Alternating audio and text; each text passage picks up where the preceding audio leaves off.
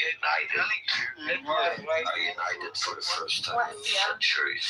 The main reason the whole region is gonna kick your ass along. You know, we have dwarf.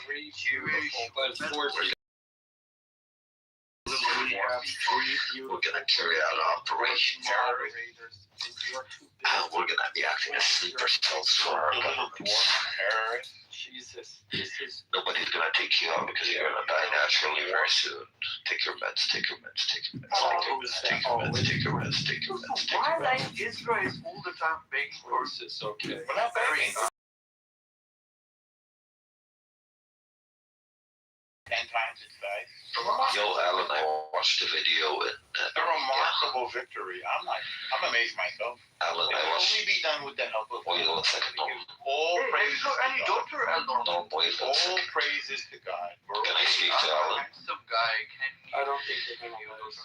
Well, if Mr. Normal, have you got any daughters? Oh my God.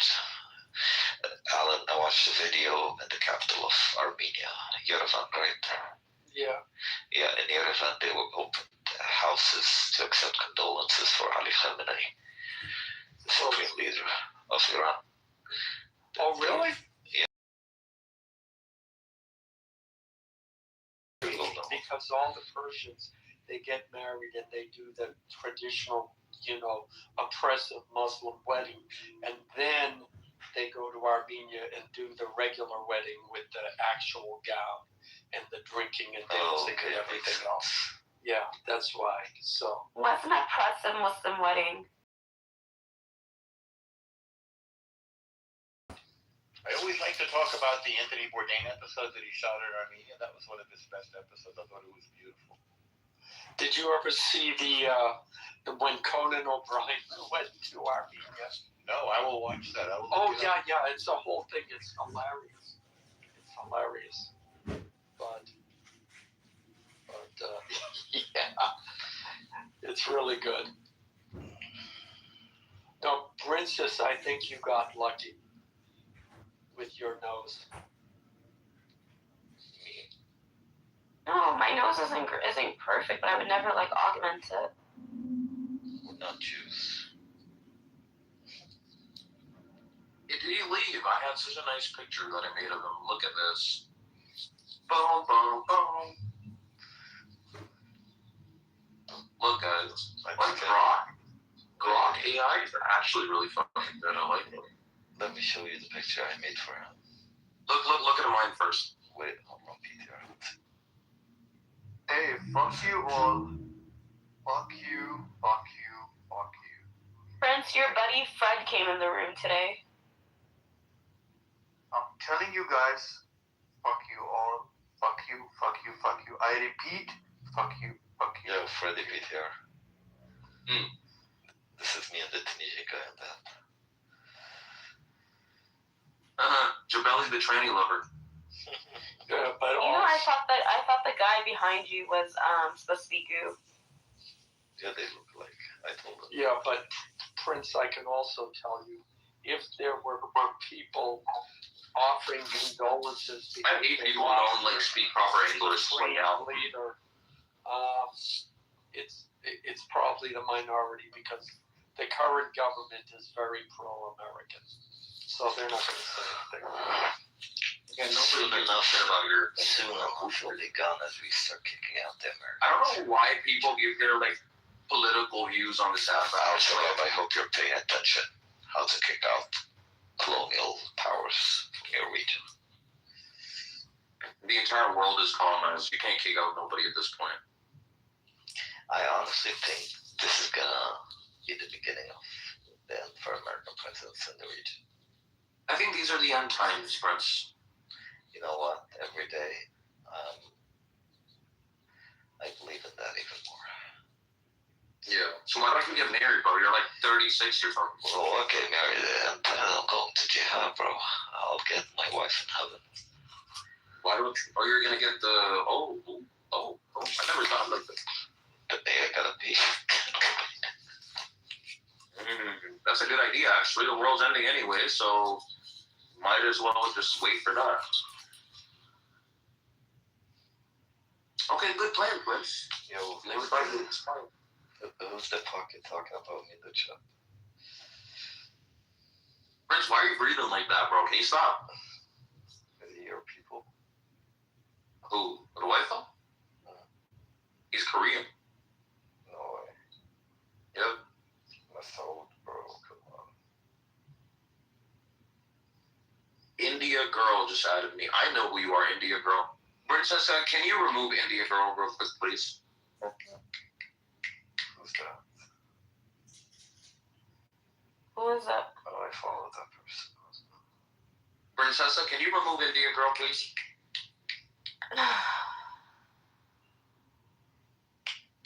Chop, chop. No, don't. I'm that, nigga, what? I don't give a fuck. What is that weed? Come on, Mr. Steve, turn that off, please. Young Lee. Y'all hate, man. Thank you. Haters in the background.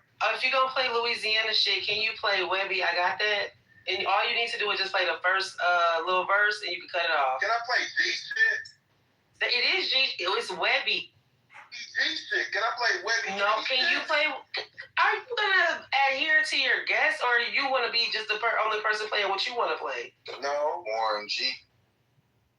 Can you play Webby? I got that. Oh, wait, are we rapping our hometown right now? Before I play somebody else's shit. How about that? Can you just play the song one pump? Like, for real. You just played that bullshit. It wasn't bullshit. What are you talking about? One pump, just play music.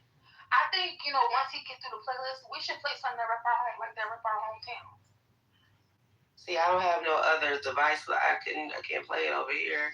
Well, if he can get through to even the playlist, Mr. Steve want to keep putting his. Right. Hey, don't be a hater all your life. One more time. Webby, what? I got that. I got that. Mm-hmm. Then I'm done. He's a Y'all can hang gangster. up low. Yeah, just like gangsters. This how I'm gonna give y'all a little backdrop. This how we used to be in the club. In the club, y'all. This is like shit. That,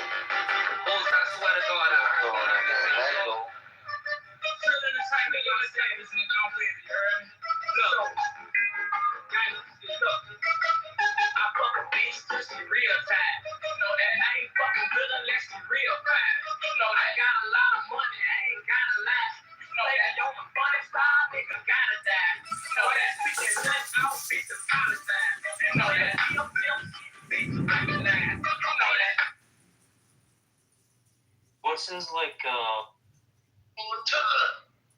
Why when you look into all the black cities that once was, you know what I'm saying, and how many of those cities they came and destroyed. When you look at their history, right? Now you sit there and saying, oh, that was back then. That's irrelevant. Then you don't understand how you got to that point, and now you're wearing the hat, their hat. You become like them, and that's why you're hollering "We America," because you have become like them. Point blank. Anytime a black man knows about geopolitics, he's a white supremacist and he's a Yes, he is. Because crazy, bro. let me tell you. Come to the room. Let me tell you. Let me ask you. It's Let me ask you. some Gen X or some baby brother generations when it comes to knowledge itself and black power. I don't know where I'm from. You don't. You don't. I know I'm E1B1A West African. Ile Ife, Nigeria. My ancestors went through the transatlantic slave trade 400 years ago. I know exactly where I'm from. I know who my people are. And what was about? Well, yo, King of the world today has what was to do with Africa. Yeah, it has a lot to do with Africa. Bro. Yes, it does. About right now, what America's going through with Iran. What Iran is doing to attack America. And if you don't want to face that, you're not a warrior, bro. Do you know? Let me ask you. Let me ask you this. Do you know the history of Saddam Hussein? Do you know that history? Do you know, my brother? Do you know? Do you know that history? I'm talking about the war, bro. I'm asking you, do you know the history of Saddam Hussein? Saddam Hussein, do you know that history? Some things. Did you know? Some things about the Ba'ath Party. Let me enlighten. First of all, Saddam Hussein, right, was an ally, was an implant by the U.S. government within the what they're trying to do now.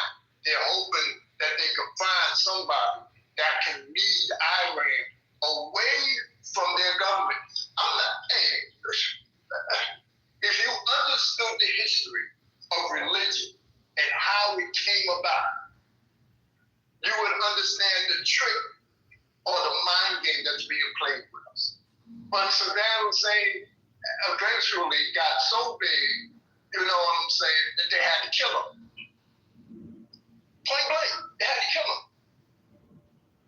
Because these men, whether they're Arab, Caucasian Arabs, I call them Caucasian Arabs, or just Jewish Caucasians, you know what I'm saying? These tribes of people, because they all Caucasians, but they represent different tribes, are going back and forth between themselves. It has nothing to do with you, the black man. It has nothing. When you're not in their rooms when they talk. You're not. Unless you have sold your soul to them, you're not in their room. And the only reason why you have some type of attachment to them is only in reference to the building blocks to what you have accepted and what you have become. It's not indicative of who you really are and your purpose of God. You don't come, the most silliest thing is to believe that man and woman was created to find their purpose. There is no, that is when you're on the wrong path. You was created for a purpose and a cause, not to find a purpose, not to find a cause. But you can't hear what I'm saying. And so you are lost in the shuffle because you think they represent what you have become. And what you have become what they're doing is on a whole nother total level. Point blank. I don't care if you say you're from West Africa or whatever the case may be. They came into Africa too. Got you worshiping a white Jesus. A God that don't look like you. You worship white Jesus? I don't worship white Jesus. No, you don't have no religion now. But I ask you, it's a society, because in their courts they have a big sign that says in God we trust. Do you think the laws of the land is God's law or man's law? Can you answer that question?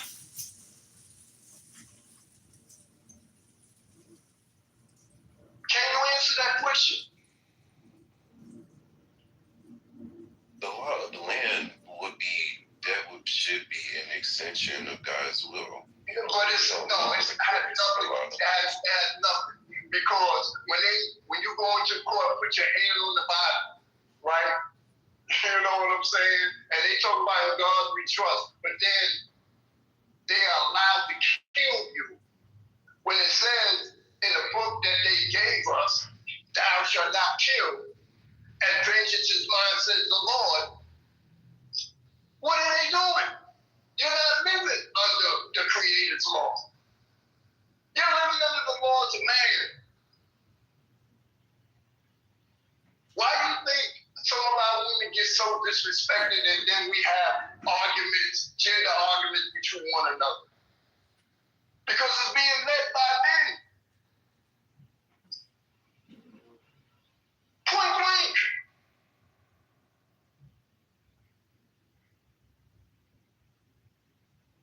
It's time you gotta wake up, man, before it's too late.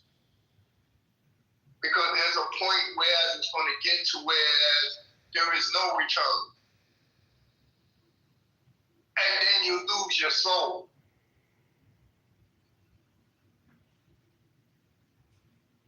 Point blank. You think you need to wear their hat? Because that's all it is. Alignment with Israel and the U.S. is just wearing their hat. They don't represent you. You think when they have their round table, you're at the table? Hell no. Give me one man or woman that's at their table that looks like you. Give me one.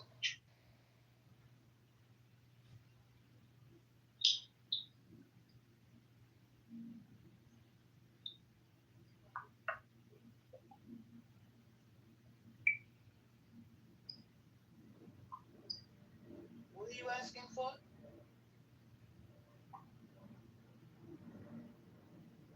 And if there's one at the table, right?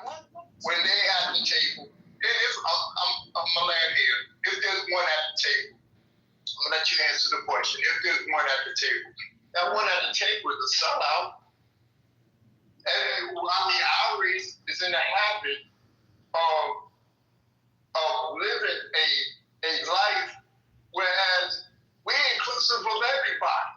But you don't see that in the Korean neighborhood. You don't see that in the Chinese or Japanese neighborhood or an Italian neighborhood. They say represent who they are. If they are Italian American, you know they're gonna fly the Italian flag. If it's German American, you know they're gonna fly the German flag. When it comes down to black people, whose flag are you flying?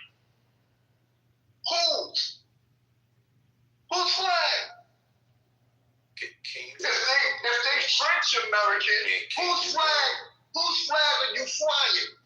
Can you land your plane, sir? Okay.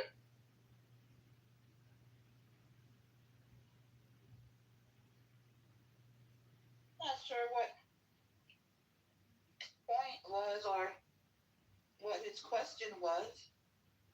I was trying That's the question. Whose flag, right? Whose flag are you flying? What difference does it make? It makes a big difference because it shows where you're at from a historical standpoint. But what if you don't have a flag? What if you're out in the middle of the field with... That's my point. You don't have a flag. Who are your fathers? Okay, so who's your flag? Okay. What's your flag?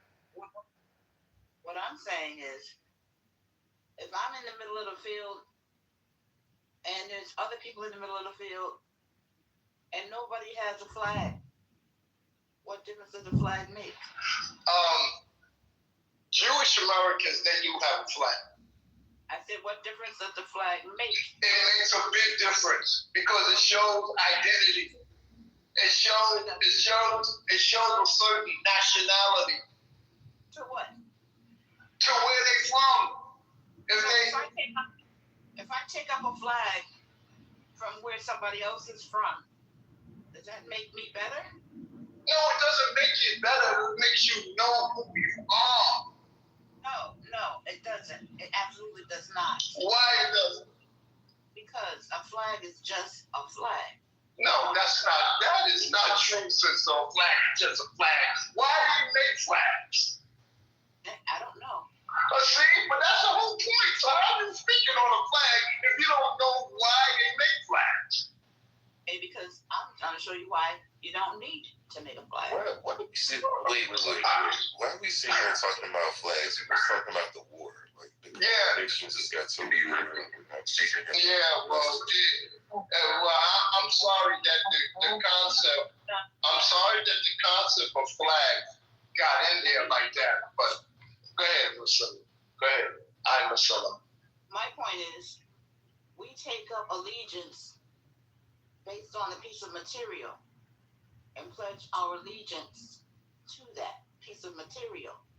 Meaning, if I'm in another country and I grow up there, but the place where I was born has a different color flag than the place where I've grown up, now I have to figure out whether I'm going to pledge allegiance to their material or the material in the place where I grew up. It's a piece of material. It's got a design on it. Go ahead. Minutes. It's a piece of material, fabric, with a design on it. And because I live in a certain place, I'm supposed to wave it around in the air as if this means something more than the one that they're waving in the air. They're both pieces of material. People put emphasis on this. They put a meaning to this piece of material. And then they literally make laws over this piece of material. You can't let it touch the ground. You can't let anybody burn it. You can't let anybody walk on it. You have to bury it this way. You have to fold it that way. It's a piece of material. And it means absolutely nothing but what emphasis people put on it. If you didn't know that was a flag, if you go to another country, you were not familiar with their flag, and you see this piece of material laying somewhere in a room somewhere, you wouldn't know what it was. It would just be a piece of material to you, and it could mean the world to them. But basically what I'm saying is, why do we put so much emphasis on a piece of material to mean that this is where we're from and this is what we celebrate? And it comes in like a god. And then you have to really look at this piece of material as this is what I worship, this piece of material here. And I have to go through the battlefield. Somebody's holding up this flag while other people are shooting bullets around it. So we have to think about, why is it we have loyalty to a piece of fabric for a piece of land that we don't own, that we can't control, that has no allegiance to us, but we're supposed to have allegiance to it.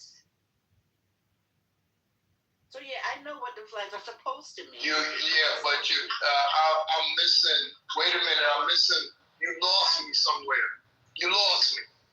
Yeah, what do you mean? You let me finish.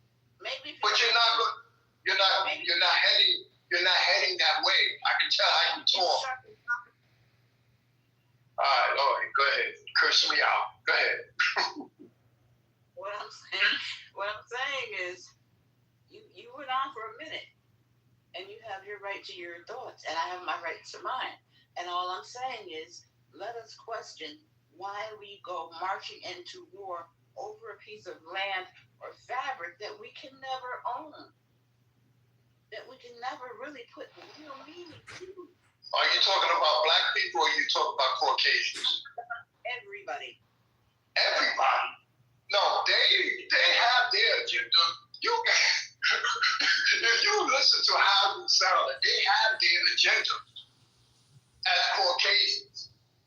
Even the 1% of them, they have their agenda of why they're doing what they're doing. Point blank, you cannot get around that. When you went to public school, right? If you went to public school, you didn't pledge allegiance to the flag? You didn't pledge allegiance to the flag? Absolutely not. Why would I? Y'all didn't say no pledge of allegiance? Because when I went to school, you had to pledge. When I went first, second, third, fourth grade, fifth grade, we had to First thing we did before class started, we had to pledge allegiance to the flag for which it stands. Huh? No, we didn't have to. You could if you wanted to.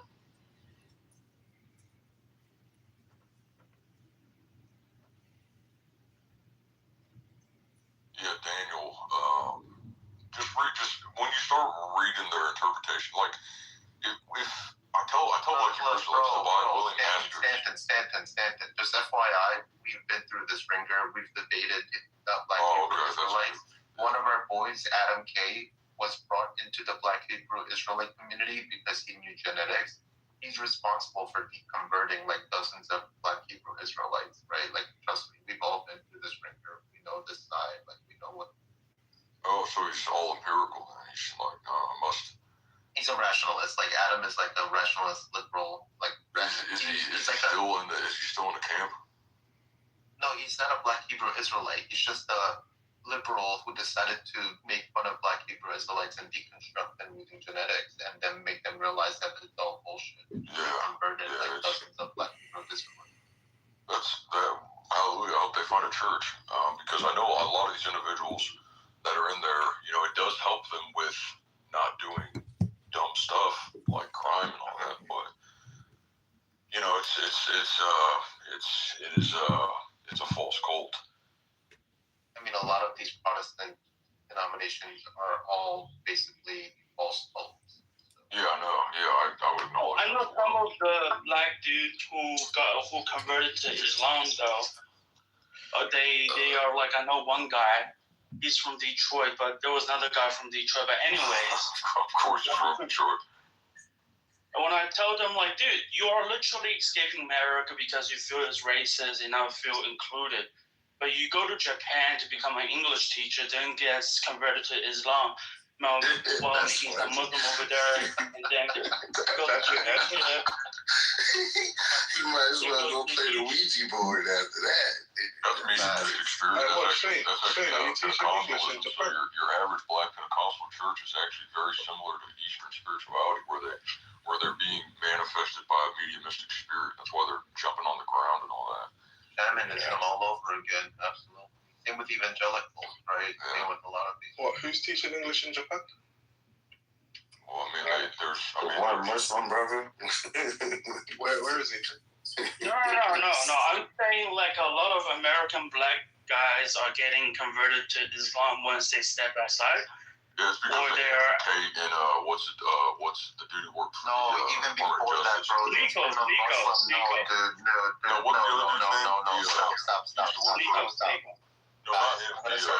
Stop. Stop 1 second, bro.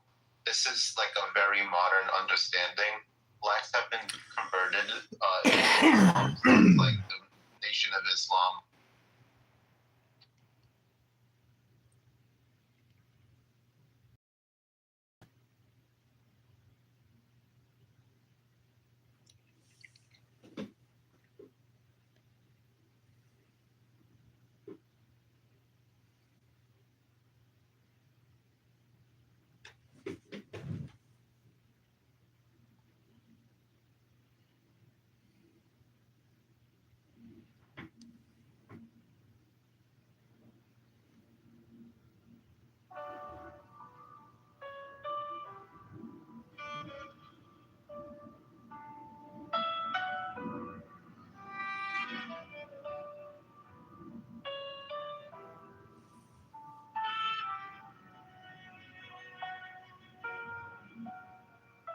Jewish Shabbat prayer song, asking for blessings of health,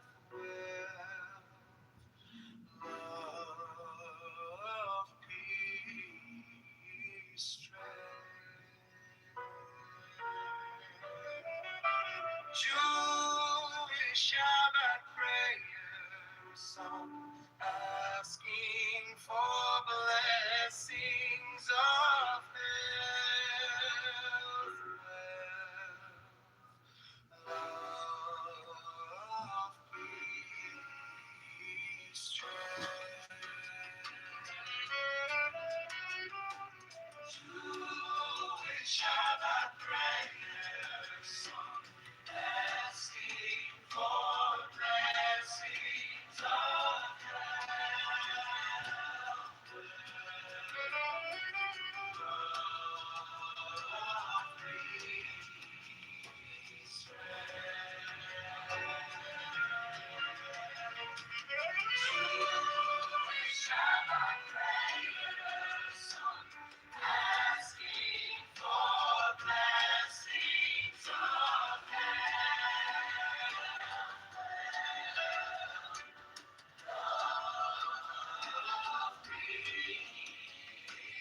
Shabbat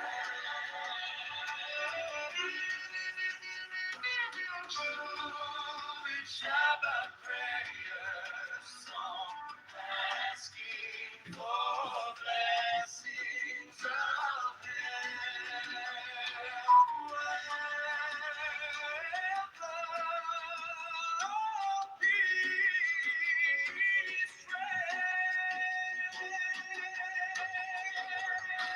Jewish Shabbat prayer song, asking for blessings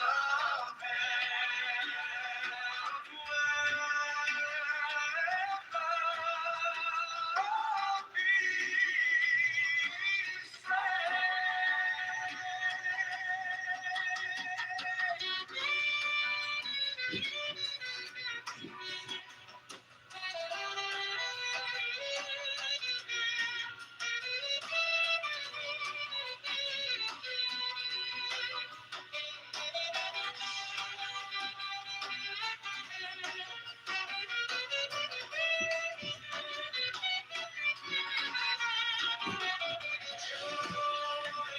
Shabbat prayer song, asking for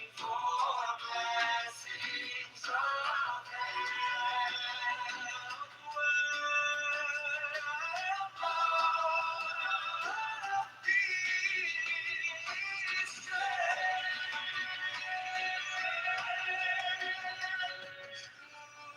of Shabbat prayer song, asking for blessings, love, peace,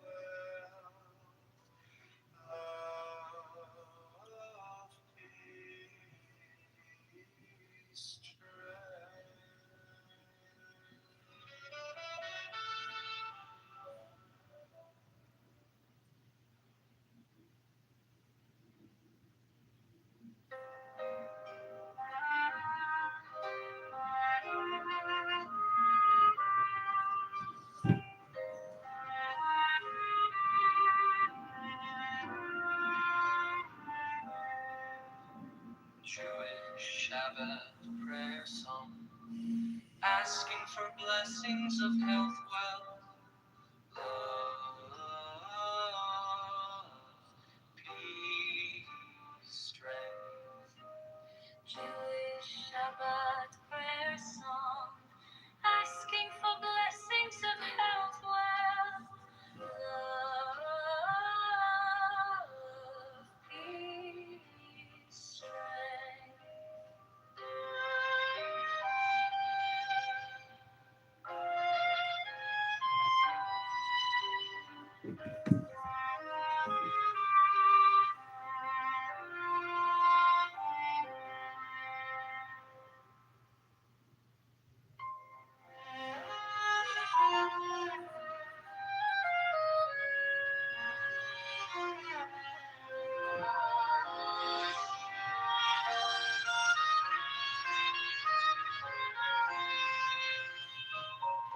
Jewish Shabbat prayer song,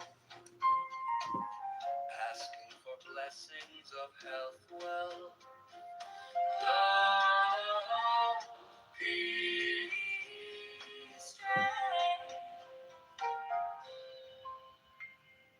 Jewish Shabbat prayer song, asking for blessings of health, wealth, love, peace, strength.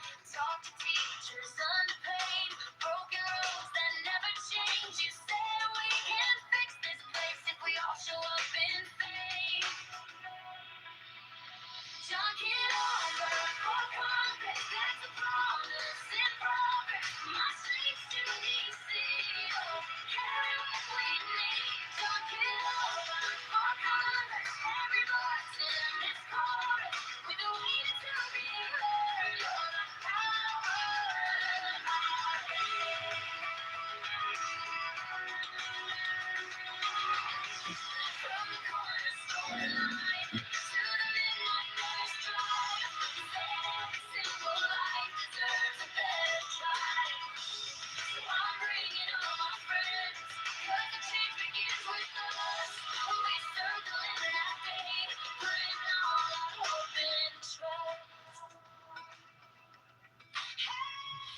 Kitover for Congress, that's a promise and progress from our streets to DC. Oh, carry what we need. John Kitover for Congress, every voice in this chorus. We've been waiting to be heard. You're the power.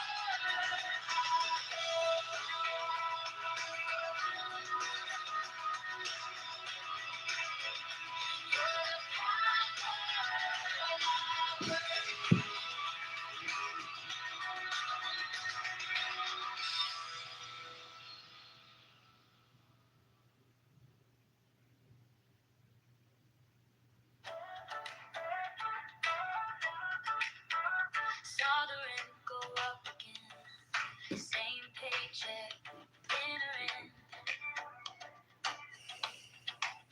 You said someone's gotta show up for us, not just for show. Kitchen table late at night, bills spread out like city lights. Turn the postcard in my hand, read your name, heard your play. John Kitover for Congress. That's a promise and progress. From the streets to DC, you'll carry what we need. John Kitover for Congress.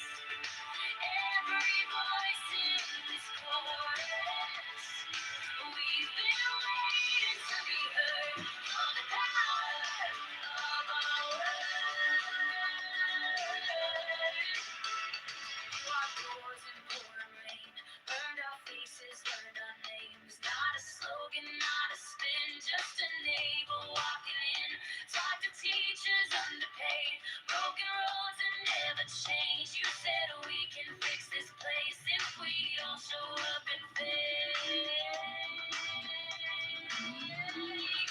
John Kitover for Congress. That's a promise and progress. From our streets to DC, you'll carry what we need. John Kitover for Congress.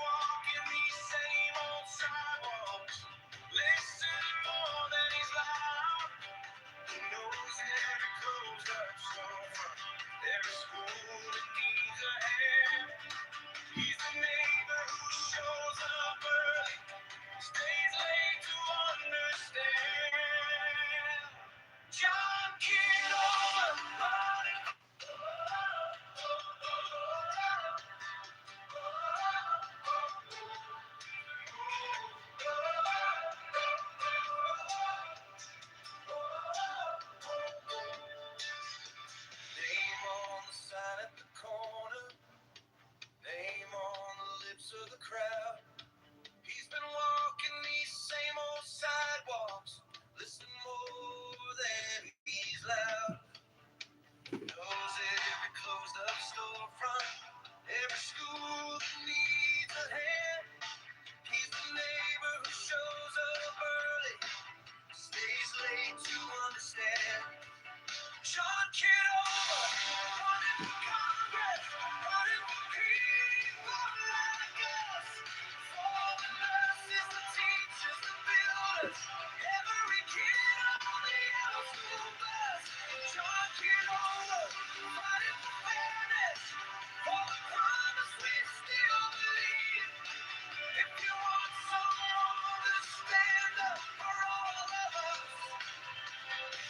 he's the vote we need.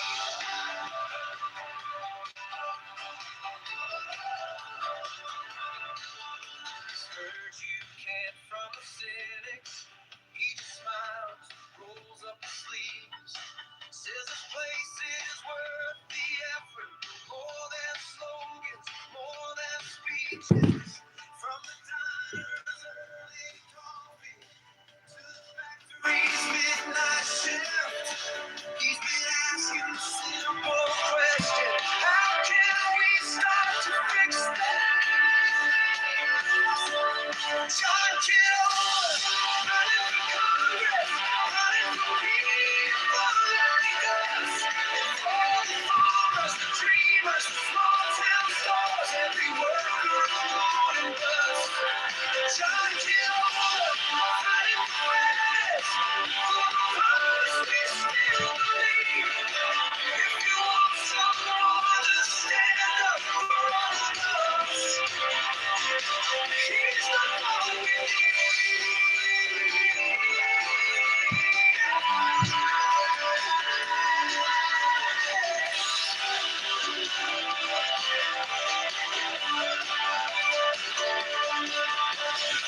This is our moment, this is our say.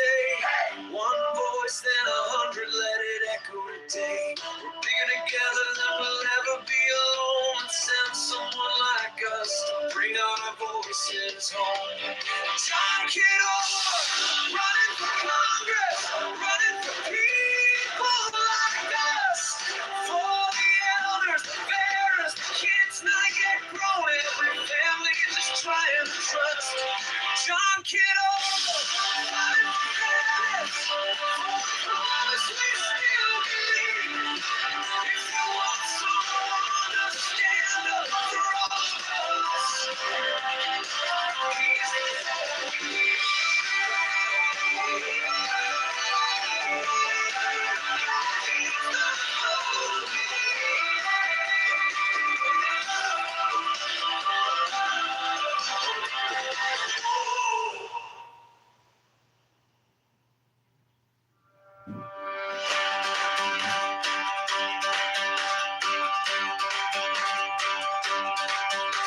Name on the sign at the corner, name on the lips of the crowd.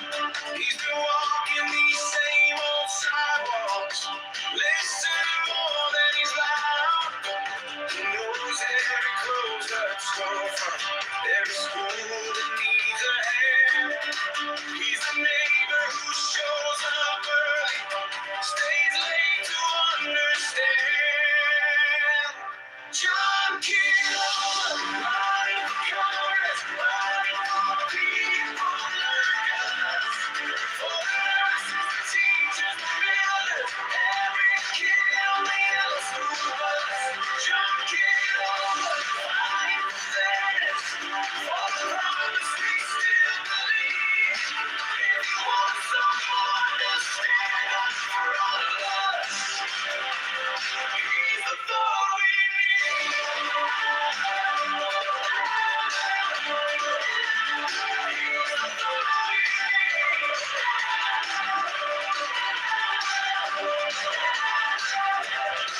He's heard you can't from the cynics. He smiles, rolls up his sleeves, says this place is worth the effort. More than slogans, more than speeches. From the diners, early coffee, to the factory's midnight shift. He's been asking the simple question, how can we start to fix this? John Kitover, running for Congress, running for people like us. For the farmers, the dreamers, the smokers, the soldiers, working on the morning bus. John Kitover, fighting the feds. For the promise we still believe. If you want someone to stand up for all of us, he's the vote we need.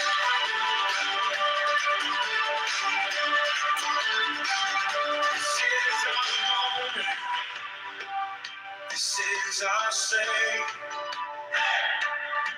One voice, then 100.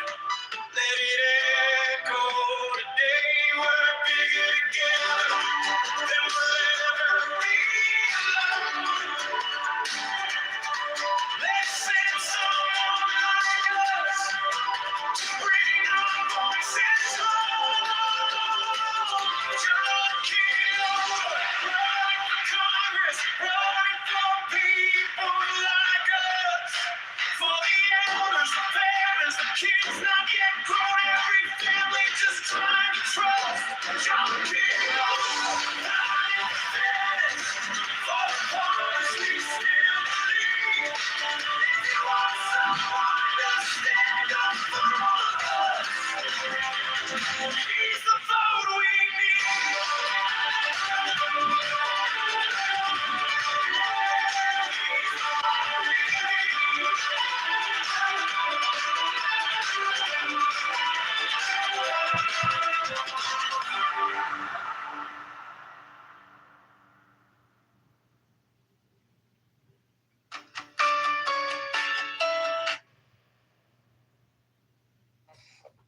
Yeah, but I'm just saying that if they were seen as Jews, they would be killed. If they had the Star of David, they'd be targeted. They would Right? Yeah. There's like a taxation. Yes, I have to understand that it's not equal for all people. But it's still not like taking away your identity. It's not just you can keep it, but yet you're like a minority and you're paying a certain kind of tax, actually lesser than perhaps. There is a treatment not based on taxation, it's based on who we're dealing with. For example, if we're dealing with a woman in a foreign country or a child or elderly, they are not presenting a particular military threat. So as a leader, I'm not afraid of these people. These are just public, laymen. They're not going to do anything, right? Or farmers, for example. Still keep his house. Yeah, but the issue was for example, the militants, like the soldiers. These people that didn't have a choice. These people had either to become Muslim by force and become part of the army, or they're gonna have to leave the country, or they're gonna have to completely ask for a particular way where they can, because these people are literally soldiers. That's the threat. So it's based on the threat level. So like I said, the women in that case, you can do whatever you want, just live under the Muslim country. It doesn't matter because you're not a threat. But a soldier who used to fight in war, for example, and I defeated his country, now this guy doesn't have a choice. Either if he wants to still live in this country, he has to be a Muslim, join our army, or in this case, there needs to be discussions what we're gonna do with this, because you're not gonna just leave hundreds of thousands of soldiers just living in that city. What if they want to take it back again? It's realistically it doesn't make sense. But it's still like when the Muslim conquered all these lands, that's how they created the peace. Hence why, same thing, even America on the other hand, America did it with savagery when they killed the indigenous people. How did that create peace? Okay. I get what he's saying. Because now you can live in America in peace. You're not worried about what do you mean with peace? somebody taking your country. What are you talking about? That was never America's country. Take. Yeah, but for the Americans going after the next generation of Americans who lived in that particular land. It's not okay. It wasn't like the Americans had a threat on their soil. That was never. Are you afraid of anybody taking your house? The government can take it from their house. Not the government. Let's not talk about the government and criminal. You're understanding something. Is there a threat of, let's say, a coup happening in your country that will? No. Well, Are you afraid of like a revolution that will happen that will change the regime? Okay, exactly. So that's why you have that peace. But that's not peace. I don't understand what you're talking about right now. Yeah, you're going to bed every night. If You're not worried about establish a system of governance within your own country where people abide by those laws because of the consequences that come with it, that's one thing. But that's not the U.S. We can do that internally, but externally, you cannot do it without dominance. Problems have been caused across the world. If the CIA didn't exist in America and the FBI, you wouldn't have peace in your country. What? That's CIA needed to destroy others to gain peace for ourselves. Well, not gain peace. It's to gain resources. That is peace. It's not peace. The CIA and the FBI, they're working, and like the different agencies that work in America that are spying on you and finding out if somebody wants to create a terrorist attack, somebody wants to do a coup. That's FBI. No, there's not one singular agency. No, that's the FBI. I'm talking about the CIA, which operates outside of the U.S. And do you know how many times there have been the USAID has been involved in influencing the elections of other nations and causing disruptions? It's been the case forever. Even the Brits have done it. A lot of Western nations have done that. Doesn't matter which agency. There's NSA, for example. NSA spies on you, right? Enemies, there's sleeper cells, right? You're missing the point here. They're missing the point. I know, but what I'm saying is enemies, and then there's sleeper cells that do erupt that can cause harm to your citizens because of the actions you're taking outside the building. Yeah, but like I said again, in America, you're not afraid of for most of the part, other than criminal acts, which is obvious in any paradigm. But for the most part, you're not afraid of an external threat coming in, attacking you, living in America, because your country, your government was able to establish a dominance and take over the entire land. Bullshit. What's bullshit? Trump actually just said it earlier. Is Canada threatening you to take your land? They're threatening to turn the power off. What are you talking about? Is Canada threatening to take over America? Is Mexico threatening to take over America? Turn the power off. Are the indigenous threatening you they're going to take back their land? I mean, it'd be nice if they could. I'm asking. You're saying you don't want to agree with me. I'm saying America established dominance. They took over this territory and they established this country. In my opinion, who's threatening to take over America? Single entity. The threat is the government, not more than any single entity. That's not what we're discussing right now. My gosh, he's saying once you've established dominance, then in doing so, one can have peace. It doesn't last long. Have you seen the history? Insecure. But have you seen what happens over time? It doesn't matter. That's the only method. Yeah, over time it could deteriorate. That's one point. We've seen it. Yeah. When the Ottoman became lazy, it never ends well, guys. It has never ended well. This short. It doesn't matter. That's the only way you can establish any country. You have to force it. You have to dominate it. That's the only way. Not necessarily. Okay, give me an example of a peaceful country that it was established. It was divided by violence. You look at India. It wasn't annexing land of others, indigenous people that existed there. It was actually. I want a country that was established based on just lovey-dovey. No, you're understanding something. People have issues. Even the indigenous had issues because within each other, right? You can have tribes going back and forth. You can have that on a very, very small level. It does not get to the point where you have widespread violence because whenever there's an external threat, it's very, very detrimental. I'm not answering my question. I'm asking about, give me an example of a country that was established without any wars. India? India was established without any wars? No. Africa Africa's a country? Well, continent. Most of it has not been established where they're taking other people's land. No, but you're not understanding something.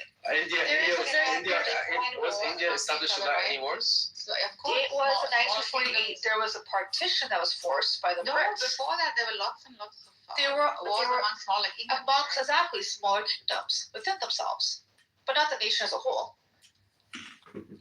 So I'm pretty sure if I go back to the history of India, I'm going to find hundreds of wars. I don't know why you already within groups within themselves, but they're not trying to. The establishment of India, the establishment. I know even for a fact, by the way, from the Islamic history that they took over. Can we just talk about India was taken over by wars by the Muslims, and they Yeah, ruled over but India. I know the Mughal Empire. I know the Absi. We fought the Aurangzeb and defeated him. Yes, I know that. But under the Mughal Empire, there are other leaders who never did any type of forceful thing. I think Babur the Great, or sorry, Akbar the Great.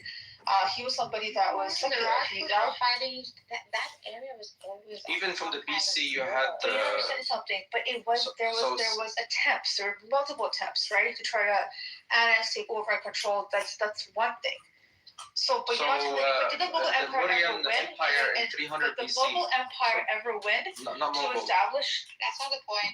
I'm talking about Mauryan Empire. Always like need to attain dominance, and in doing so, if those who dominate are like peaceful, good, cater to the well-being of their people, the collective, after they have attained dominance, that area will flourish. This is what he's saying. He's saying the starting point, however, would have to necessarily be some kind of like destructive. Only civil war. Look, history of India from like a dominance can be achieved, something so like that. You had exactly. So Mahayanapads in 600 BC was 16 major kingdoms, and then they frequently fought each other. That's in India. Then you have the Magadha expansion, and later on Mauryan Empire in 300 BC.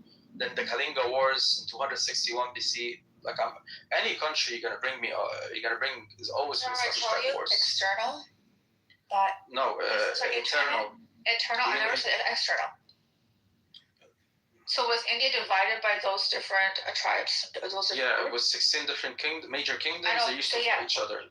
I know. Yes, I've already established that. Yes, there's going to be fights within any nation, right? So in this case, you need to concede the point. There doesn't exist a single country in history. But India was not established. There was no fight with another. So do you understand my question now? My question was: is there a single country that ever existed in human history that was established without war? It's not established. It's not established. It's not being established. Again, you're okay. Is there India was hold on for a second. It's not about being established means it was created, it was made out of something that was not the fact. Like for example, the United States did not exist until there's an external force that created, and it caused a lot of pain and hurt to the people that were there for them to make it. That's when you say established. Correct? Is there a single country that was ever established? Not established. Exist today or in history. Listen to the question, please. Ace. Is there a single country in history that ever was established without war? A single country in history. I don't think you understand what you mean by established. I think a country. Look, this is how a country happens. Normally, throughout history, there's always where people were tribal. Why? Because for them, they thought, for example, like a plot of. Can I please land? Because you know that UK. You're not even talking the same. You're talking over. No, but you want to ask something, right? The UK had. I'm not gonna ask you anything. That was a war. It was a war. It was political. You know that, right? UK is an example. UK was had thousands of wars inside of them. They colonized others. No. UK, United Kingdom had thousands of wars. Wales used to fight with England. You're understanding. England used to fight. Established means it had to come into some sort of formal existence. It had to fight somebody who wanted. You're a very bad interlocutor. What? You're a bad interlocutor. You're not engaging the same point. Go points. ahead. Go spew. No, I'm saying you're not even engaging the same point. Yes, because because you're not wording it right. Has there ever been a nation without war or conflict within? Talk about country. Nation, country, whatever. There's always been conflict within. Always. There's always been a fight of resources. No, I'm saying countries do not pop into existence. Countries happen, but why? Every single country has the exact same formula. A bunch of tribes or a bunch of nomads, everybody had their own territory, but sometimes they will fight each other because I want where you are, and so on and so forth. Then comes a guy who decides to, you know what, let's unify together. Let's create alliances. Instead of fighting each other, let's get together. And then that develops into a country. That's always the same case, right? It's always a division. Somebody comes in, said, let's get together. He gets together, he becomes the leader, and then creates borders. This is our borders. This is us. And then either expands and continues as a country, or then later somebody else who had a bigger country takes them over, and then it changes and so on and so forth. So somebody had a bigger country that took over and changed India? There's a bigger country? I'm confused. Yeah, like there's countries who used to exist and now they're gone. They don't exist anymore. Like for example, the idea of nation states is not. It's more recent. There's a lot of countries that they're gone from history. You see that. Yugoslavia, I understand that. But what I'm trying to tell you again is, at one point, this whole idea of countries establishing borders. This is more of a modern invention. If you go far back enough, it wasn't done in that type of way. Egypt was a country. Egypt was literally a country that had its own borders, and it has its own system, and it was invaded by other people. Well, look at Palestine, right? Palestine wasn't really a country, but yeah. Well, people. So you don't see that Palestine was invaded in essence? Yeah, after Sykes-Picot, it became a country, but before that, it wasn't. So it becomes like are we agreeing with Sykes-Picot as because I don't agree with borders whatsoever. I don't care about Sykes-Picot borders. I'm saying like as a historical reference, after Sykes-Picot, now you had the borders of, you had the Palestine as a country, as a state, its own flag done by the British. They decided this is your land, and then everything happens. But that's a different topic. But like what I'm saying is like basically at the end, once you understand how countries are developed or how, basically it's the same thing. Me and you are able to live in peace because somebody before us, before we were born even sometimes, they were able to dominate this particular piece of land, was able to establish it as theirs and protect it and make it continue until you were born, I was born, and then we are able to live in this land. Somebody in the future might come in and say, you know what, I'm going to take this piece of land, give me that, I want it. And then it's going to be, okay, if he wins or we win, and so on and so forth. It just keeps recycling. Land always keeps recycling. It doesn't stay forever. But you can only establish peace once you're able to defeat every single person and establish a world domination. This is the only way you can establish peace. Because then you don't have anybody who's going to fight you anymore. Once you're able to defeat every single military in this world, but and there's no more enemies, then that's internal. This is the thing. Fine. So let's just say that occurs, and people all come into this one world government, one nation, and they do it not willingly. It's out of force. There's always going to be factions that will grow quietly out, and they will try to fight back because of how things were done. It was not without choice. It's better to have the borders of people to live and have their, internal conflict is always going to happen. Like, this is not, I'm not saying that once we do this job, then we can go and sleep. No, you're going to have to continuously have supervision, checking on. That's why you have agencies. You're going to have the exact same system. You're going to have to find out if somebody's planning a coup, because people are evil. Evil exists. Criminals exist. People are going to want to take over. Some people are going to, the same way the same way when you go down the street, you're getting robbed. Might is right. For to you, might is right. Is that how you feel? The what, sorry? Might is right. The most for the right. If it's done with the right way for the right reasons. If it's done with the like, for example, for greed, then it's not. But everybody has their own their belief of what's right or wrong. Right? Yeah, everybody has their own moral system. But I'm claiming that mine is the perfect. No, you're saying the most powerful. The most that would be the most powerful military, right? That would be able to establish dominance, right? So that means you believe in might is right. So whoever can do that wins, and it's fine. No, I'm not. No, I'm saying there also needs to be a particular backbone, which is, let's say, a reference. Like, I'm using the Islamic reference here. I'm saying I want to establish an Islamic dominance, and I'm going to use that as a guidance of how to rule over. If somebody else say I'm going to establish a world dominance, but I'm going to use the Christian model or the liberal model, I'm not going to agree with you. That doesn't fix my problems. It's only going to cause problems because these are man-made concepts. They're always going to create problems. Read the Clash of Civilizations. You'll get to really see, if you haven't already, why we end up where we do. Clash of Civilizations? Yeah, it's a really great book by Samuel P. Huntington. It's a really good book. Yeah. Yeah, I mean, the issue I think it starts from Europe when they started promoting this nationalist movement that caused more chaos than ever, because now everybody believes this is my land, my border.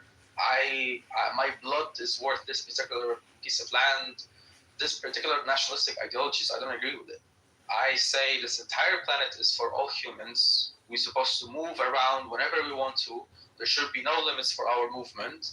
If I want to move here, north, west, south, doesn't matter. I can go anywhere as long as I'm, because resources are, they're all over the place. You have some places have good water, some places have oil, some places have good farmlands, for example. You can grow crops, and humanity needs everything. Humans need every single thing.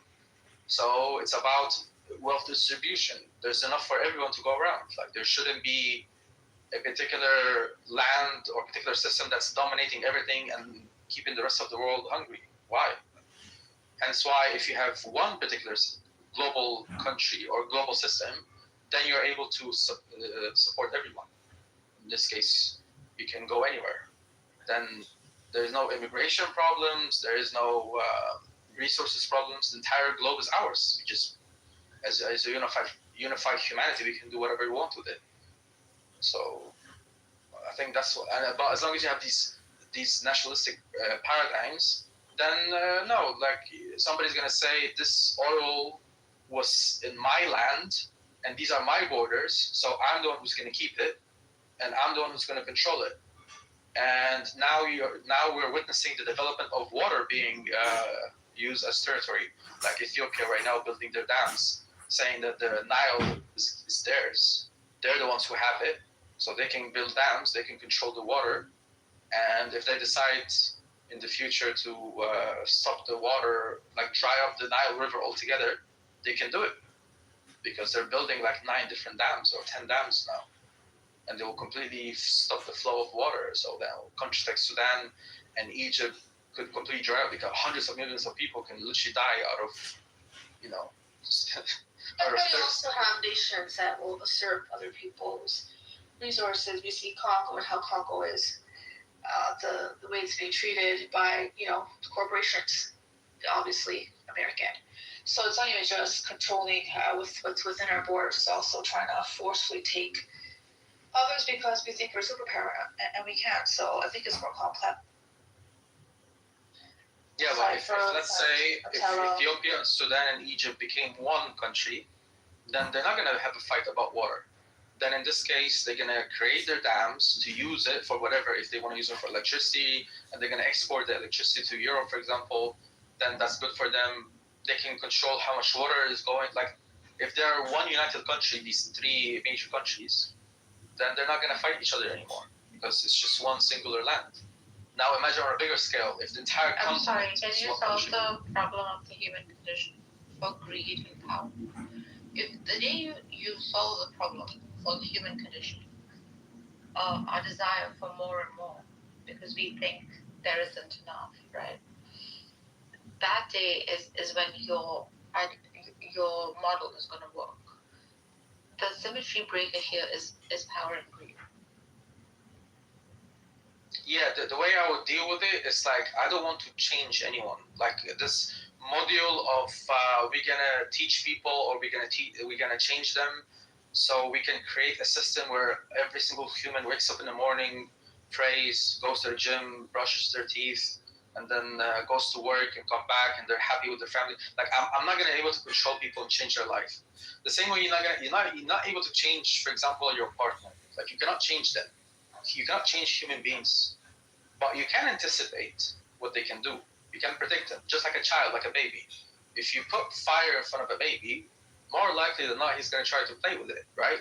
So to solve that problem, what do? You separate the child from the fire. You put a distance between them, right?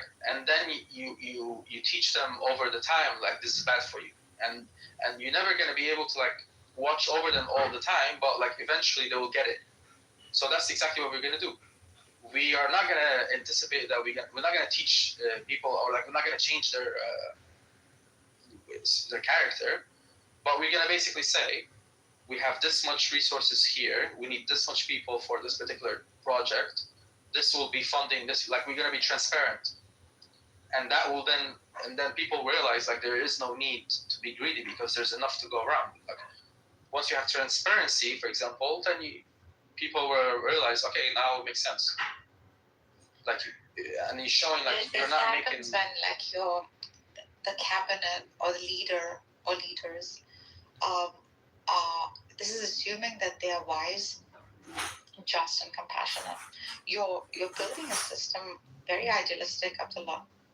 And Plato came up actually in his Republic with a very similar system to what you're proposing, and he called it a noocracy, where like the leading figure and figures, the leading figure is a philosopher king.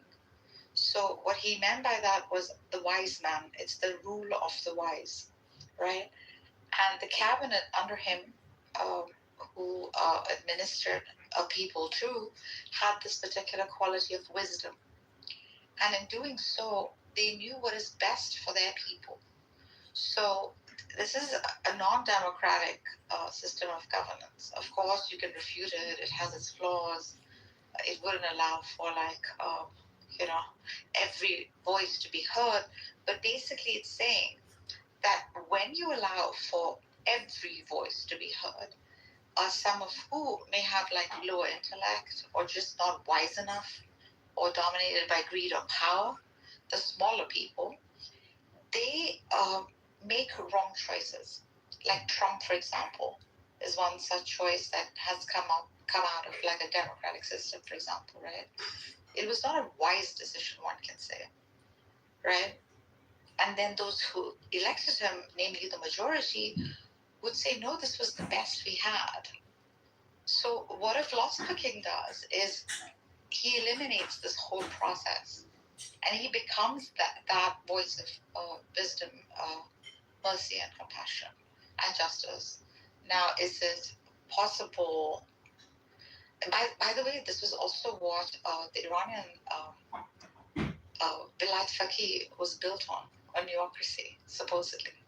But we can see that this too somehow failed at some point, right?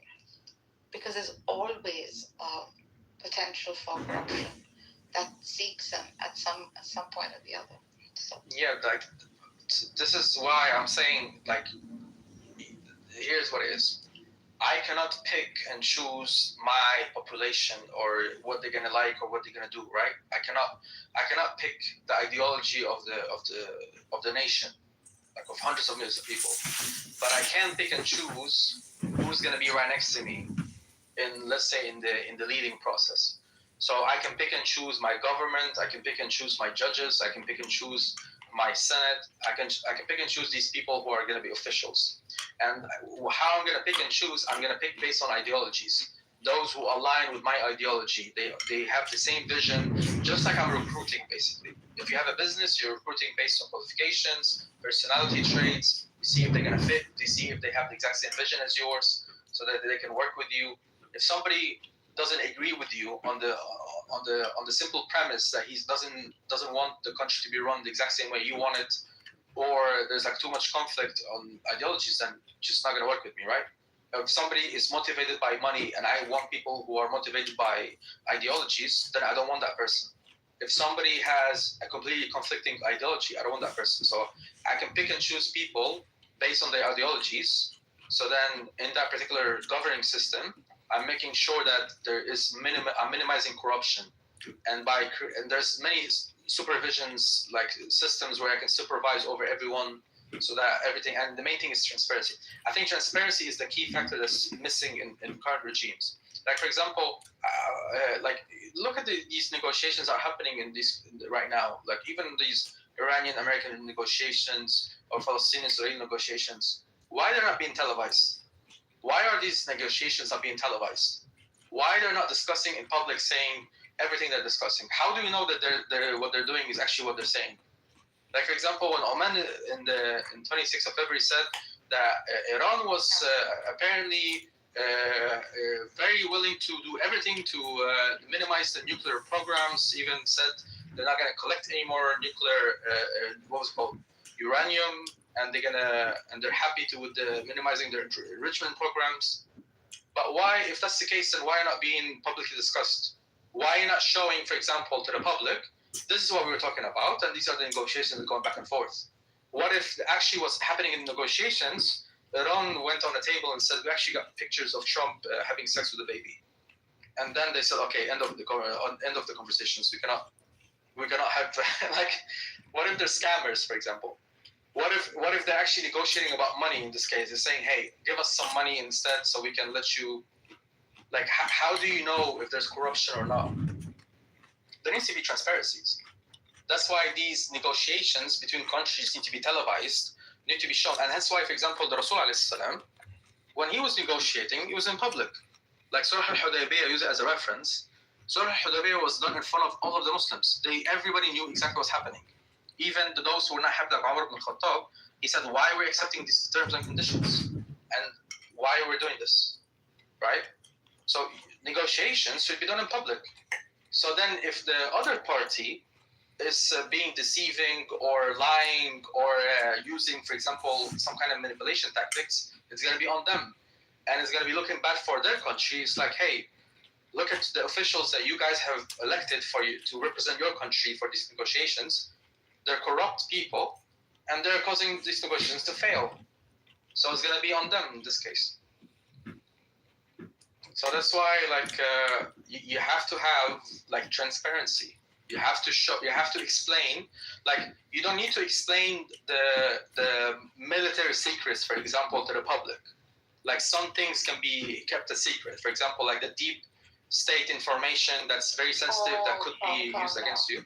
If you're going transparent, you have to go all the way transparent. No. I don't need to. For example, I don't need to say to the people, if I'm weak in this particular location, if I get attacked, we might lose. I don't need to share this. This is by the military. We're discussing between us. I don't need to say, oh, we've lost. Like, for example, some of our equipment became bad. Software is not working anymore. If somebody attacks us, we're not going to be able to defend ourselves from this particular angle. I don't need to share that. But I can't share every single detail that's important for the people. Yeah. So you're saying, like, to generate, like, motivation and to, like, bring about some kind of, like, inspiration. You don't like say every. You don't. One second. You don't transparently like give out all information. So Plato also called that the noble lie, right? No. It is not just noble lie. No, it's not a lie. If there is a good reason, if like for example, the Rasul when he did Fath Makkah, because of Makkah, he didn't tell anyone that he's doing it. He told them, he just simply told them, everybody get prepared, get your weapons, we're going to a war. He didn't tell them where they're going or what's going to happen. They just told them, do it, and that's it. So talking about a benevolent dictator, basically. No. I'm saying that if there is a good reason for me to hide particular information. This figure, this archetype, this leader is a benevolent dictator, basically. No, it's not. It's also. It is. Abdullah is a bit right, but okay, it doesn't matter what the. Yeah, he's right in quite a few ways. But the problem is that the current leaders, the Iranian leaders as well as the American leaders, they actually don't feel the responsibility that, or they don't want the people to know, and that's what we haven't reached that level of transparency in government that we aspire for, where the people in the government are transparent with what they are doing. So the only reason this is not happening is because the Iranian regime also doesn't want its people to know what they are saying.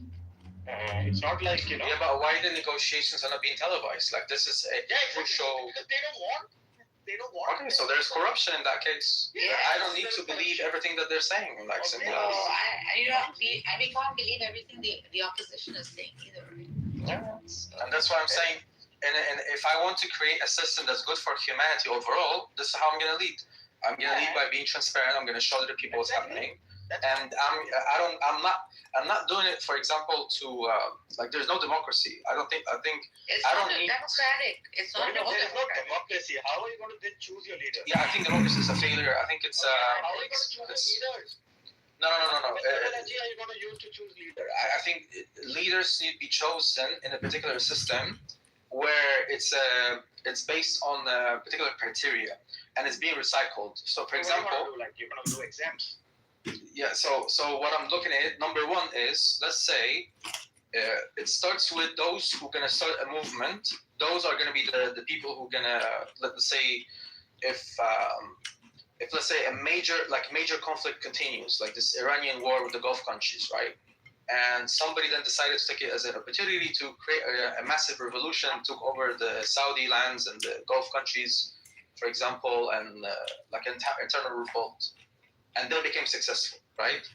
What they should do next is, since they're already in power and they're winning, and now they're taking over these territories, they need to elect people. Like, they have to pick people they're gonna work with them. So it starts with them. Say, okay, we want people who match our ideologies. Yeah, that sounds like the RGC. Yeah, it is a democracy. He's talking about Plato's republic. It works if it has good government. Might is right. That he's talking about. Yeah, you have to have people who basically are motivated by the exact same ideology. That's what it is. That's the core that you need. So you need to have the exact same. But this might is good. Might is right, kind of. That's stupid, man. Why? Because that's what Refuted. That's what Trump and Netanyahu are doing. They're showing might is right. Okay. Right, but they what? run roughshod over anything else because they at this point in time they are strong. They have the power. Right. And Saddam is justifiable. Hold on for a second, Elo, to your point. Might is right principle. Then you have to see what the negatives are, and this is what the negative is. You know. Because in their eyes, they think they're doing the right thing, right? In their perspective. And also, No, they are really into. They don't think it's the right. They just think they are working on. Well, they deserve. Well, look at Netanyahu. They're not Everything he's thinking done. about right. They're thinking about. Oh, for them, they believe they're chosen. That it's us, it's me, and we can do this. We have the right, right? Sense, yeah. And they use religion. They have the right because they have the might. They have the power. They have the military might. You know, so they can do whatever they want with their military might. That is how we have reached this situation. Correct. All means justify the end. That's why we have. I don't agree with this. Okay, then refute it. Because I have a moral guidance. I have a moral system. Yes. If any action will contradict my moral system, then it's a wrong action. That's your moral. This is key. But that's also Trump's. Trump can also say that. Yeah, his morality is the. How did you know this is Trump's moral system? Because it's an egoist philosophy of egoism, right? What serves me is right. I will do. Yeah, what serves me is right. I don't think that's necessarily true because Trump himself said that he believes he's going to hell. So he might be operating from a particular paradigm where he thinks that he's doomed anyway. So he's just okay, but Netanyahu, the entire government, the Blue Party, they've always said this is their right. This is they've actually used their religion to try to justify it. So this is like there's no universal principle that you could apply because everybody has their own feel. Yeah, the Jewish psychology is based on that they want to live as much as possible, and it's all about they want to live. They want to live as much as possible. Okay, so what does it have to do with the way that they assert their? That makes no sense. So go and destroy. So yeah, I'll tell you. So this is why, like for example. Are you justifying it? Are you justifying it now? No. I'm explaining psychology, like how it relates. It's not about psychology. Like if you want to, it's not about psychology. It's not about psychology. You need to understand your enemy if you want to defeat them. So that's your enemy? What is the Jewish psychology like? As if like there is specific psychology based on adherence of a certain religion or ethnicity. No, but it develops, right? No, it develops based on ideology. No. It's called the religious ideology because it develops into a religious psychology. Eventually, if I keep telling you you're special, chosen, and important, at some point, no, not everyone says that. Bro, Christian ideology is based on original sin. What are you saying? Not everyone says that. You're born freaking tainted within the Christian ideology, right? This is all bigotry. Like for example, do you know if you want to? You're saying nothing. You're just positing your opinions. It doesn't matter. You're just positing opinions. No. Jewish with Islam and did you see how find the freaking it is, and attack the argument. Don't give me. Yeah, that's what I'm doing. You are painting a broad brush. You're taking an ideology and saying that this ideology has a certain psychology. That is what you okay. Do you know, for example, some other ideology? Okay, so for example, It develops into it. Stop being a Gadu. It develops into it eventually. That's what he's saying. do you know what's the Israel weak point? Like, what is the weak point in Israel? I mean, of course, everyone has a. What's Israel's actual weak point? What's the weakest? Like, what's their? If you want to attack Israel, what's the most thing you can? The US for they depend heavily on the US for their military. It's not a weak point. Right, but the dependence. What is their biggest weak point? I'm asking about I'm asking about what's their critical weak point? What's their number one weak point? Water, I don't know. No, it's the actual people. That's what I'm saying. It's like it's related to that. Their weakness is their people, because the number one, they're little numbers compared to the rest of the world. They're a minority, and they cherish their lives extensively. They care a lot about their own lives. For them, like for example, Muslims, they have the concept of shahada, which is giving up your life for a particular goal, whether it's for jihad or for your family. It doesn't matter. Like, they have this sacrificial aspect of it. So for them, life is a purpose, and it can be used for a particular. It can be served for a particular purpose. If, let's say, for winning a war, I can go and fight and die for this goal, then I will do it. The Jews, they don't have that. They're fighting to continue living. So that's why when people are talking about that Israel is losing money, Israel is spending too much money on this war, that's not the weak point for Israel. Israel don't care about these things. They know money can come and go. They can make it back again. They'll figure it out. Like, it's not an issue. Money is used as a tool to prolong their lives as much as possible. So attacking the Israeli people is the actual weak point, and hence why they're creating these extensive wars to push away all the threats. They don't want people to be closer to them. They want to be people outside of them as much as possible. That's why they're building the walls. They're pushing America to make the worse for them. No, it's called the Greater Israel. Okay, this is. So some of these things that they call a threat, there was no threat eternally. Like, if you look at what they're doing with Lebanon, right? Trying to take their land, it's out of a perceived threat. It wasn't like they were threatened, right? A lot of this has to do with expansionism, okay? They do have this ideology of, it's actually in the Likud party charter, the whole river to the sea, that starts with them, actually. They do believe in taking the biblical scripture and applying it to justify annexing land. So if you have not been, or even that war with Egypt, right? They didn't even do shit. Oh, we think they might attack, right? So a lot of this is on presumption, and actually puts more of their people in danger when you go and keep on hurting people that have no ill will towards you. You create more enemies when you do this. Yeah. But why they're making these, like, you need to understand also what's the actual motive here, or what's the mechanism that's moving them. Yeah, why they want to do an expansion. Give it to you. They believe they're entitled to it based upon their book. Right? Yeah, and why is it important for them to achieve it? Because of their religious beliefs.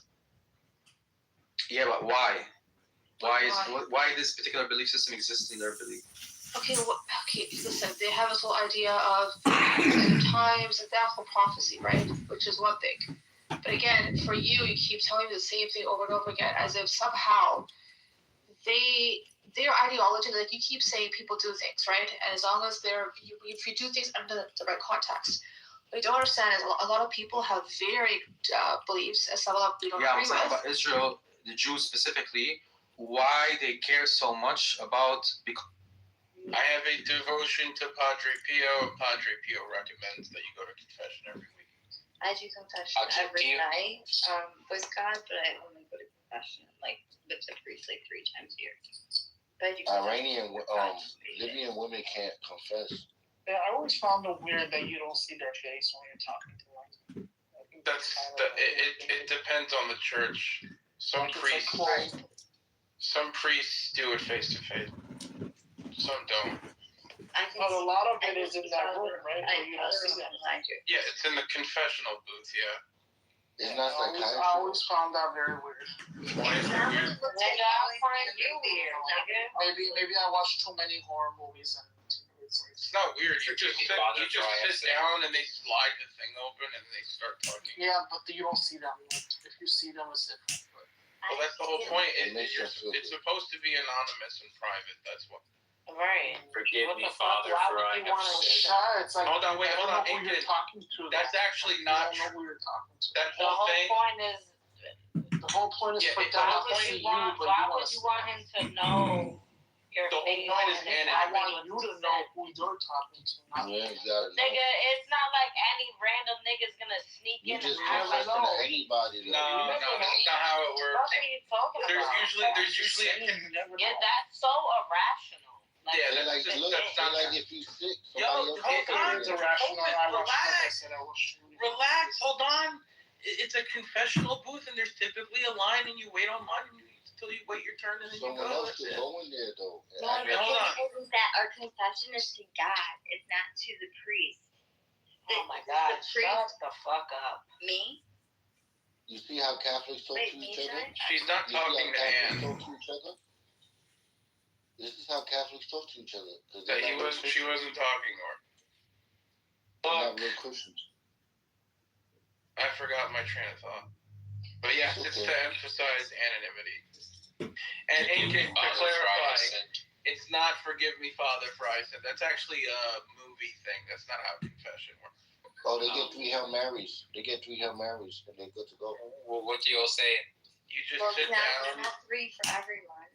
Everyone gets a different number. Oh my God, that's so stupid. Depend on how many sins you see, Egan, they really do get 3 Hail Marys. It depends on how grave the sin is. Correct. So, how many Hail Marys you gotta do for people you meet? I remember we had that conversation in Chilligan where it's kind of if you confess to your church that you committed a crime, a violent crime, let's say, like you murdered someone, and how if there's a seal of confession, the priest can't say anything. Right. The topic was if like the priests should be obligated to. They can't tell the officers or authority. Yeah, they can't. Not obligated. They're not. Yeah. If they do so, if they break the seal of confession, they will be excommunicated. Correct. Right, but it's we're talking about morality. Because they're the biggest gang in the world. They're the biggest gang. Let's just say fine, he doesn't. But let's say the cops come and they do a subpoena on the church. They can't do that. They can't do that. They can't. They can't. Do a subpoena on the church. No, they cannot. Even if they had that capability to do so, he's not. Who gives a fuck? He's supposed to die for the Lord, right? Even if they said, "Hey, you received the death penalty if you don't fucking tell us what this guy confessed to you," he's supposed to be willing to die for the cause. If he's a proper priest. Hold on, Shai. If that's the case, then you would see the FBI and all federal law enforcement going to churches to try and get all the mobsters they had under their surveillance. There are exceptions, though, guys, specifically for child abuse. Like if you're the church official and someone says, like, I'm currently abusing a child, that they actually have to report it. Because you're not supposed to hurt the little children. Even attorney-client privilege, there are exceptions. Yeah, but this is something that stays between the clergy. But so what if you murder a handle child? that. It's not like, yeah. I think the key is if it's an ongoing thing. Right. If you murder a Right. child, If it's a sin, if it's a sin, like for example, if it's a sin, it's considered a sin. Right. If it's a sin that they confess that they have no intention of repenting for, or if they have no intention of stopping, then they won't give them absolution. So, wait, I don't. So the priests that you confess to, are those priests? Wait, are they allowed to have children or not? No, their dicks don't work. No, they're not. Your dick don't work. Married either. No, but there's ones that do, right? Okay, so us, like me and Shai, we're part of the Roman Rite, the Latin Rite, which is the main rite in the Catholic Church. Like Eastern rites, like Byzantine Catholics, I believe they can be married, but they have to be married before they're ordained. Once they get ordained, they can't get married. So it depends on the rites. That's why they be touching So- boys. So imagine if you go and confess that you killed the priest's son. Like, what are they gonna do? He's gonna be a fake These priest. fucking hypotheticals are just retarded. I'm just The law Who has that stance for everything? it's considered like a sin for a priest to It's a tell moral people. sin. It's not. Y'all So are not let's just go understanding. things with the hypothetical though. If a priest had a son before he got ordained, or a daughter, and he got ordained, and he's listening to people's sins, and someone comes and says, "I killed your daughter." The same rules apply. Yeah, the same rules apply, and him as a priest, right? He's gonna have to forgive him. Right, Yeah. and priests That's just can't how. have children. Hey, Wait, and so that I have a question then. So if they are married before they're ordained, what if in the Eastern Catholics, which I'm not pretty sure, so I'll look that up. But like, if they got married and had a kid before they were ordained, is that okay? Yes, that is okay. Yes. Can they have children after they're ordained? They cannot have children afterwards. Only in our church, if you go to a priest those kids will be considered bastards. and you tell them that you killed somebody, like Like your it's the same kids? thing. Like they won't get involved. Or if a law authority comes in and I mean, asks questions. I don't think we really talk to our priests or Yeah, like that. We won't. church Yeah, we people won't like that. confess to it. Yeah. But Because let's they're just say if they real did. Christians. Yeah, real Christians.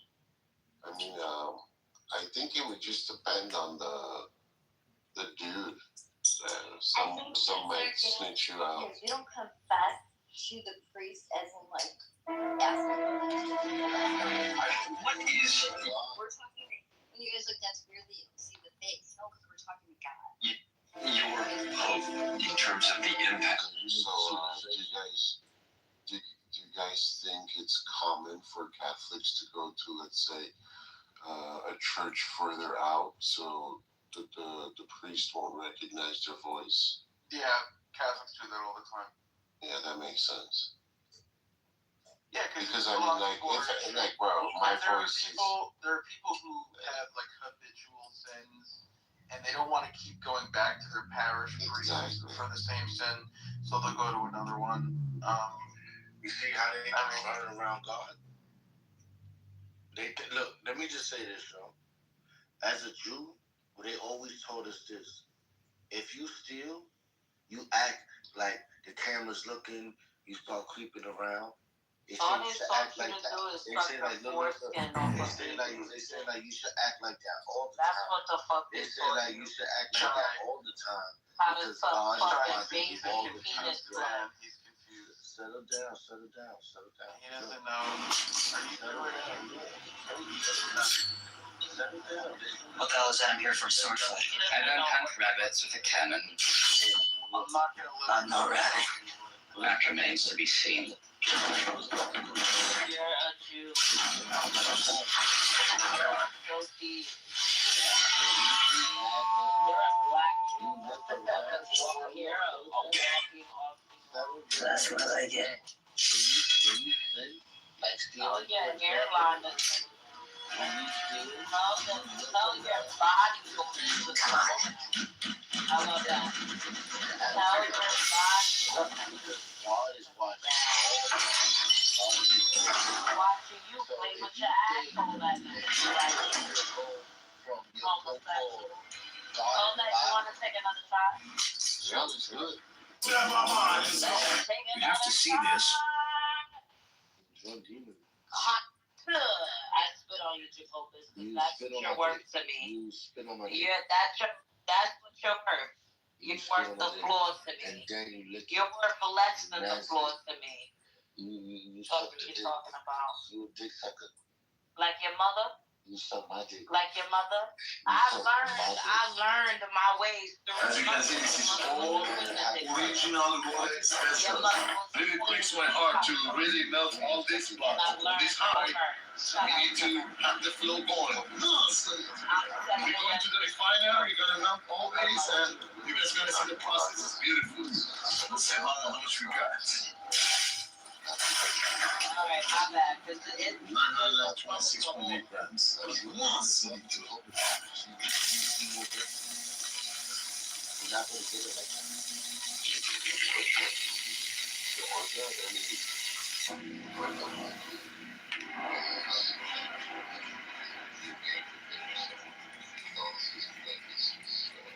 Let's go, baby. Let's go. You guys take it out now? But Freemasons,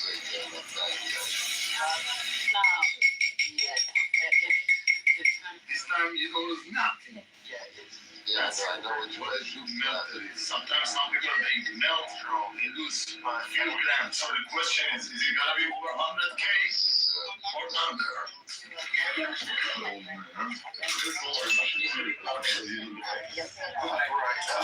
Right now, I'm buying the food that I sell first.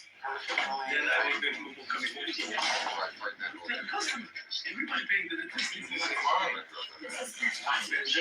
Everybody today paying 3-4 days at least. Let's check the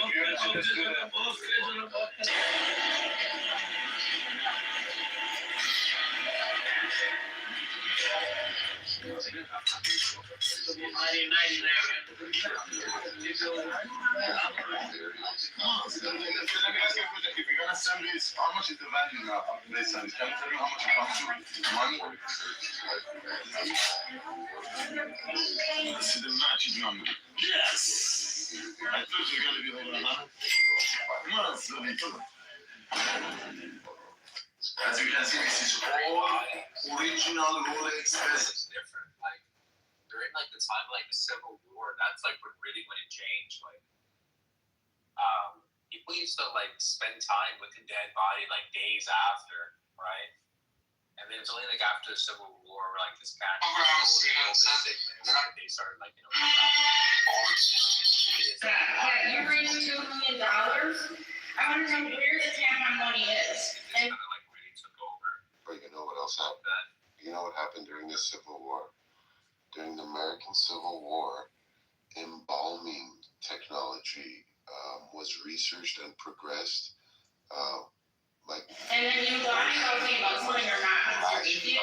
Embalming was studied. That much was in like ancient Egypt, and the reason they needed that is because the soldiers from the south would die up north and vice versa. So a lot of fucking. And then you lie about something or not because you're easy. To preserve the bodies.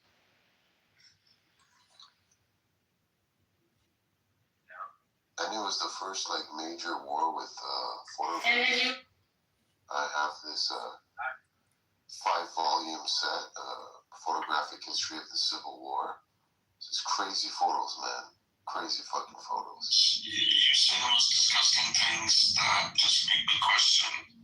I'll be completely honest with you. I think culturally, as you can see, God is saying to you today, child. Guys, you know what we. Yeah, stop projecting your perverted thoughts. If somebody tell you want to fight at 3 o'clock in the morning, you think they not perverted? Like what? Like you are not Christians in here.